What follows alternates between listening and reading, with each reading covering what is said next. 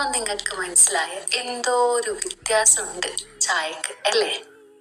നിങ്ങൾ ചായ അല്ലല്ലോ കടയിലെ ചായ, നമ്മളെ സാധാ തട്ടുകടയിലെല്ലാം പോയി കഴിക്കുന്ന ആ ചായയുടെ ടേസ്റ്റ് നമുക്ക് ഒരിക്കലും നമ്മളെ വീട്ടിലുണ്ടാക്കിയിട്ട് കിട്ടുന്നില്ലല്ലോ. അപ്പൊ അതെങ്ങനെയാണെന്ന് അറിയണ്ടേ? അപ്പൊ നേരെ ഒരു സോസ് പാൻ എടുത്തോളൂ. എന്നിട്ട് അതിനകത്തേക്ക് വെള്ളം ഒഴിക്കുക. വെള്ളം ഒഴിച്ച് തിളക്കുന്ന സമയത്ത് നമ്മള് എത്രയാണോ ആവശ്യത്തിന് ചായപ്പൊടി വേണ്ടത് അത് ആഡ് ചെയ്യാം. ആഡ് ചെയ്തിട്ട് ജസ്റ്റ് ഒന്ന് പതച്ചു കഴിഞ്ഞാല് നമ്മള് അത് എടുത്ത് മാറ്റി വെക്കുക. എന്നിട്ട് മൂടി വെക്കുക.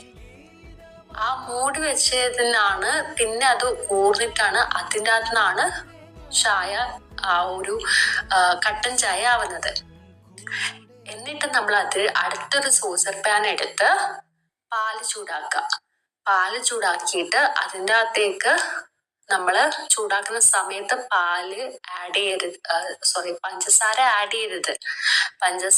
പാല് മാറ്റി വെച്ച് പാലെടുത്ത് വെച്ച് പാല് ഇറക്കി വെച്ചിട്ട് അതിന് ശേഷമാണ് നമ്മൾ പഞ്ചസാര ആഡ് ചെയ്യേണ്ടത്. പഞ്ചസാര പാൽപ്പാടം നീക്കാൻ മറക്കണ്ട കേട്ടോ അതിന്റെ ഇടക്ക്. എന്നിട്ട് ഇത് രണ്ടും കൂടി മിക്സ് ആക്കിയാൽ നിങ്ങൾക്ക് ഏകദേശം സിമിലർ ആയിട്ടുള്ള നമ്മളെ ഹോട്ടൽസിലെല്ലാം കിട്ടുന്ന അതേ ചായന്റെ ടേസ്റ്റ് റെസിപ്പി നിങ്ങൾക്ക് കിട്ടും. അപ്പൊ ഈ ഒരു വേല ട്രൈ ചെയ്യില്ലേ നിങ്ങൾ ട്രൈ ചെയ്യണം കേട്ടാ. അപ്പൊ നമുക്ക് പുതിയൊരു റെസിപ്പി ചായ വന്നിരിക്കുന്നു.